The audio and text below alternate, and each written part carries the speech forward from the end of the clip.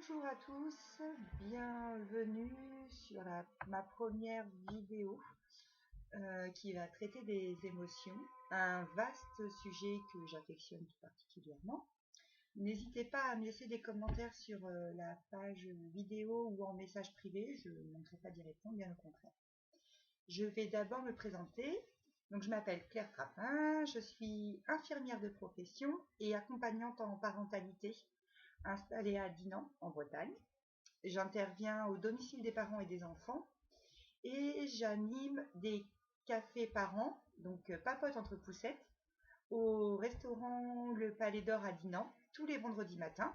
C'est un atelier d'échange sur inscription ouvert à tous les parents ayant des enfants de 0 à 12 ans. J'ai également créé le blog Conseil parents bébés en juin 2018 car je voulais partager les pédagogies apprises et étudiées pendant mes différentes expériences professionnelles, aussi bien à l'hôpital qu'en direction de crèche. Je trouvais que je manquais de temps en fait pour échanger avec les parents sur leurs problématiques de fond, d'où le souhait de créer ma consultation d'accompagnement parentalité. Comme tout à chacun, il a fallu que je me réadapte durant ce confinement afin de poursuivre l'accompagnement que j'ai mis en place, d'où la création du groupe d'échange via Facebook. Et voici pourquoi je me retrouve devant vous. C'est un exercice que je tente. Vous me direz si c'est quelque chose qui peut vous convenir ou pas par la suite. Donc, le premier thème abordé que j'ai choisi, c'était les émotions. Tout simplement parce que c'est un sujet qui, selon moi, est indispensable à connaître, à apprendre, à déchiffrer. Alors, en règle générale, en tant qu'adulte, en tant qu'enfant, mais encore plus quand nous devenons parents. Les émotions de base à connaître. Donc, la joie, la peur, la colère et la tristesse.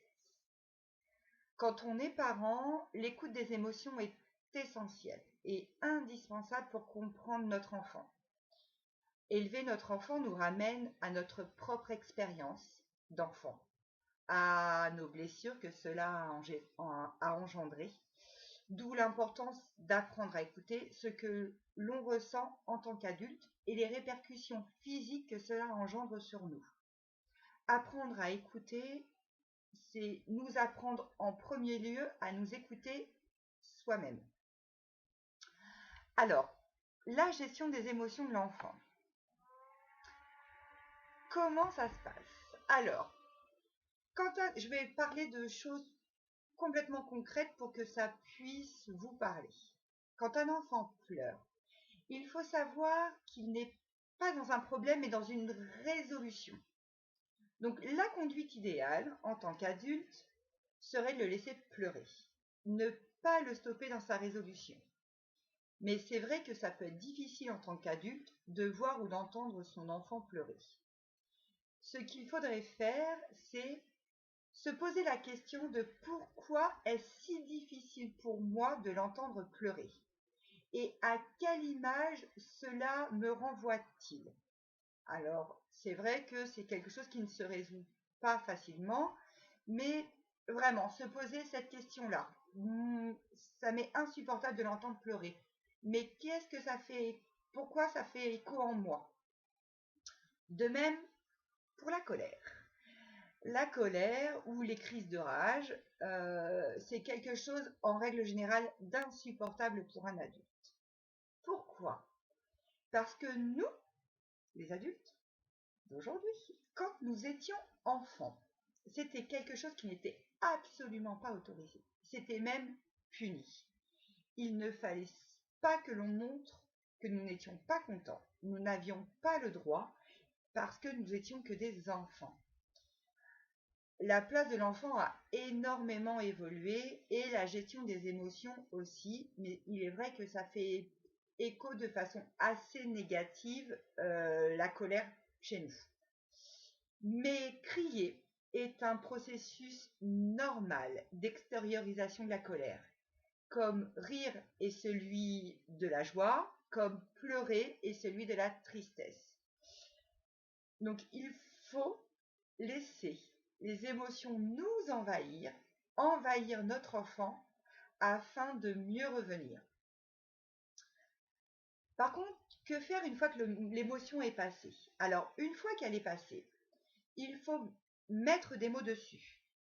Mettre ce que vous, adultes, vous avez vu. Tu as beaucoup pleuré, cela t'a rendu triste. Ou, dis donc, tu étais très en colère, tu as crié très fort.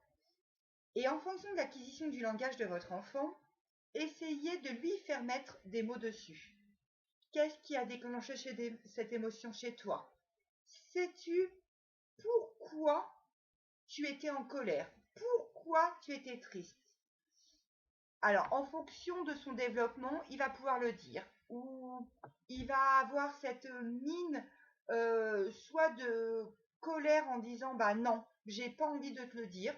Il faut accepter qu'il ne puisse pas extérioriser lui, mais par contre, mettez des mots dessus. Il y a deux façons pour les adultes de gérer les émotions. Il y a ce qu'on appelle le système recouvrant et le système découvrant. Alors, le système recouvrant, c'est de lui dire par exemple oh, ça va passer. Allez, hop, on passe à autre chose. On se cache, on met des œillères et puis hop, il va passer à autre chose et puis ça ira bien. En effet, il va passer à autre chose. Mais quand cette émotion sera de nouveau ressentie par lui, elle va ressortir encore plus fort. Alors que si on a recours au système découvrant, on laisse l'enfant vivre son émotion et il apprend à l'apprivoiser au fur et à mesure. Alors, ce sont des beaux mots, mais en effet, ça demande du temps.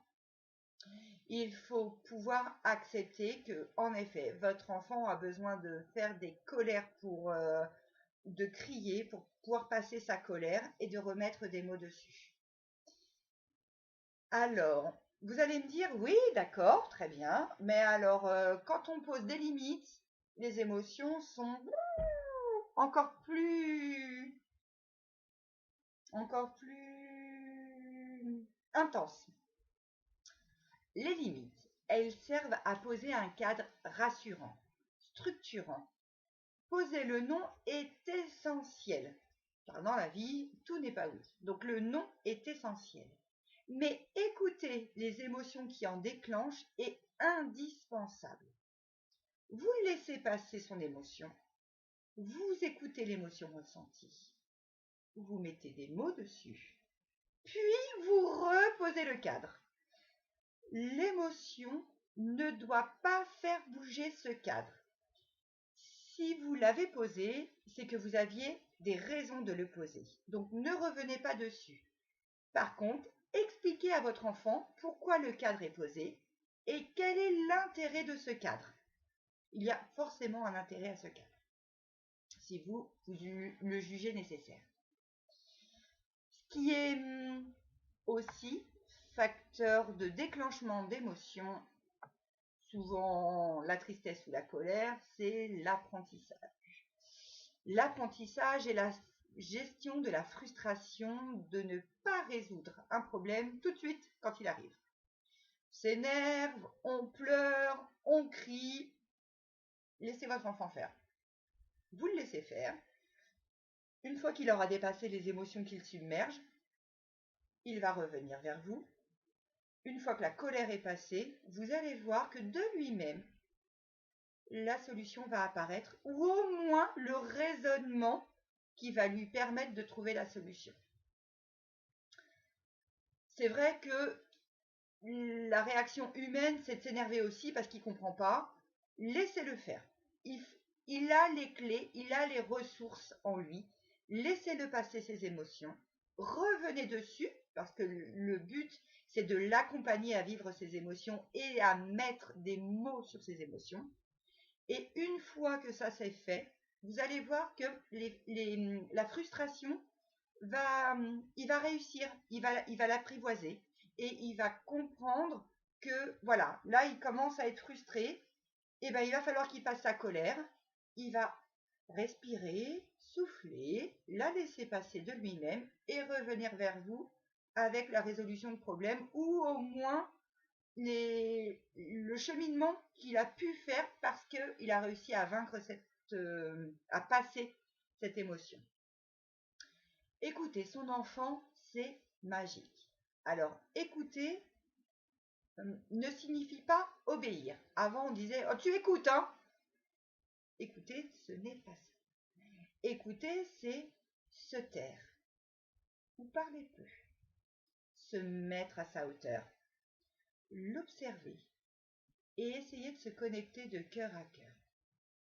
Là, on écoute ses remarques, ses projets, ses envies, philosophies. Oui, oui, même les tout petits ont des points de vue très intéressants qu'il ne faut pas mettre de côté. Il n'a pas besoin qu'on valide ou qu'on invalide les choses. Il a besoin de les dire et que vous les écoutiez. C'est tout. En temps ordinaire, nous ne prenons pas beaucoup le temps d'écouter. Le confinement nous a donné une chose indispensable et essentielle, je trouve, c'est le temps de faire les choses. Alors, là, on a le temps de le faire, mais trouvons des astuces pour le faire au quotidien. Je vais vous partager notre astuce du quotidien chez nous, qui est de prendre le temps d'écouter. Alors, ce que nous avons mis en place, c'est de prendre le temps autour du repas de dire ce qu'on a aimé et ce qu'on n'a pas aimé dans notre journée. Alors, nous le faisons depuis un sacré bout de temps. Maintenant, c'est vrai que je pense que dès que mon petit a eu l'acquisition de la parole, où il a pu mettre des mots sur ce qu'il ressentait, c'est quelque chose que nous avons fait. Ce que j'ai aimé, ce que j'ai pas aimé. C'est riche d'interactions entre nous quatre, vraiment. Et ce que nous faisons le week-end, parce que c'est là où nous posons le plus en famille, parce que tout simplement c'est là où nous avons le temps, c'est qu'on inverse. Chacun donne les émotions des autres, juste pour voir si on a été attentif aux autres ou pas. Et franchement, c'est génial. C'est quelque chose où là, pendant le confinement, on l'a peu fait parce que on était tout le temps ensemble. Et c'est quelque chose qui a été demandé par mon petit bonhomme de 5 ans. Est-ce qu'on peut faire ce qu'on a aimé, ce qu'on n'a pas aimé? Bien sûr, on peut le faire. Si vous en avez besoin, on le fait. Et vraiment, j'ai trouvé ça super riche. Et tout le monde se prête au jeu, aussi bien mon mari, ma fille, voilà, tout le monde. On est plutôt chouette, on est plutôt la parole libératrice. Ce qu'on a fait aussi, alors ce que j'ai fait comme activité, c'est hier avec mon petit bonhomme, c'est que justement, lui en moyenne section, ils ont travaillé sur les émotions donc avant le confinement, chose que nous avons continué parce que l'école à la maison a demandé de continuer. Et du coup, on a mis en image son livre préféré qui est La couleur des émotions. On a mis en image et on a fait un mur des émotions chez nous. Donc il a redessiné, recolorié et on a mis des étiquettes à chacun avec nos noms et nos prénoms. Et du coup, après le petit déjeuner, parce que avant le petit déjeuner, c'est maman qui n'est pas très réveillée et qui n'est pas très ouverte aux autres. Après le petit déjeuner, on met notre humeur du matin. Et pour le coup, tout le monde s'est prêté au jeu. On a notre étiquette et on met notre humeur du matin. Et puis si notre humeur elle change, hier l'humeur de mon fils a changé, et il l'a changé. On met quelque chose d'assez interactif, comme ça prévient tout le monde. Là je suis en colère, très bien, on te laisse. On se met en recul, et puis quand tu seras plus en colère, tu viendras le mettre toi sur le mur, et puis nous on pourra revenir vers toi.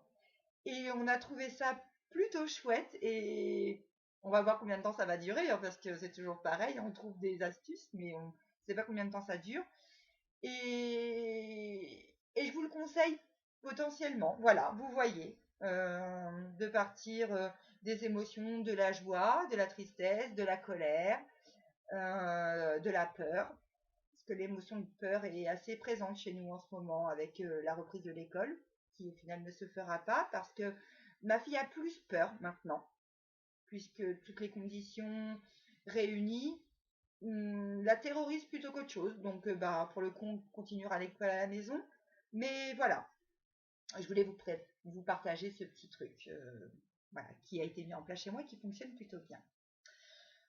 Donc, pour conclure cette première vidéo, je dirais que ce travail sur les émotions est un travail réellement au quotidien. Il peut et doit être fait dès le début de grossesse. Parler à son bébé est, à mon sens, essentiel. Lui dire, voilà, là, je suis inquiète, tu dois ressentir ça, ou je suis contente, ou j'ai peur. Mais mettre des mots, déjà in utero, fait ressentir les différences de vibration, puisque notre corps, quand on a peur, tremble, quand on est en colère, crie, quand on est heureux, il rigole.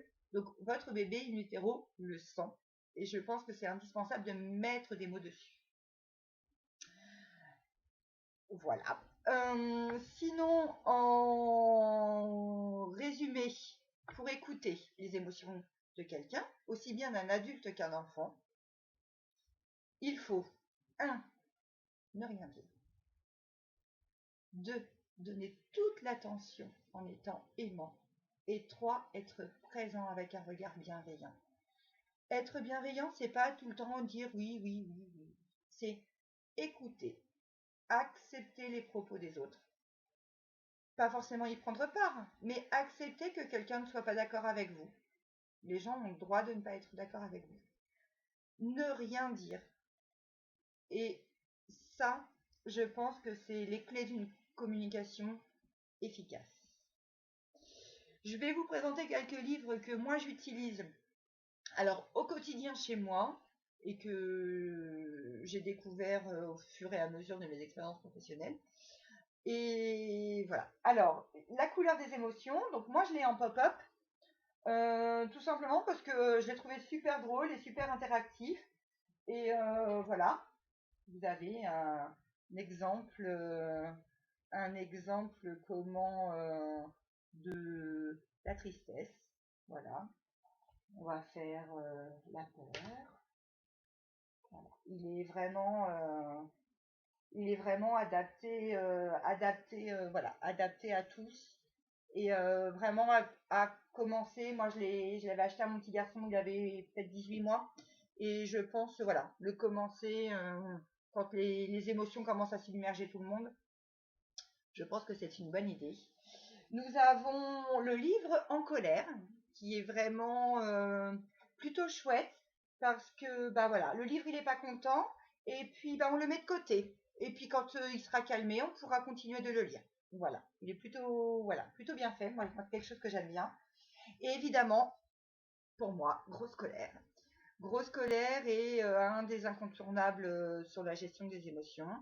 Alors, j'ai beaucoup de livres sur la colère, tout simplement parce que c'est une émotion que mon petit garçon a eu du mal alors pas eu du mal à traverser plusieurs fois. Le livre des émotions est son vrai refuge. Et le Grosse colère aussi. Plus petit, il prenait son livre de la colère. Il disait, moi je suis en colère, je vais lire Grosse colère. Et vas-y, fais. Et puis il revenait avec son livre. Maman, on peut lire Grosse colère ensemble? On peut lire Grosse colère ensemble. Ça a été un média. Alors, le livre est un média très, très important chez nous. Et vraiment, c'est un livre que je conseille dans toutes les bibliothèques de tous les enfants du monde entier. Voilà. Ce que je peux vous dire, c'est que j'espère, vous avoir éclairé sur les pistes des émotions. On peut échanger ensemble, bien au contraire. J'espère que cette vidéo vous a apporté quelques petits trucs et astuces. N'hésitez pas à me dire si c'est quelque chose qui vous a convaincu, si c'est un support qui vous a convaincu ou pas. Je suis prête à réajuster autrement, je sais pas. Et en tout cas, à bientôt. En tout cas, en échange par mail. par téléphone. Je suis joignable tous les matins de 10h à midi sur mon portable professionnel. Je vous redonne le numéro parce que j'ai pas de petite carte de visite sur moi là. Bon. 0602 22 90 64. Voilà, n'hésitez pas. Ou par ma page Facebook ou par le groupe d'échange. Voilà, le but est vraiment de continuer ce que j'ai mis en œuvre. Alors pour le coup à plus grande échelle, mais voilà, n'hésitez pas en tout cas à revenir vers moi si ça vous a apporté des choses positives, si vous trouvez que c'est pas très concret, voilà. C'est un premier enregistrement, donc je m'adapterai en fonction de ce qui plaît, de ce qui plaît pas. Voilà, je vous souhaite une bonne journée, une bonne écoute des émotions et à bientôt!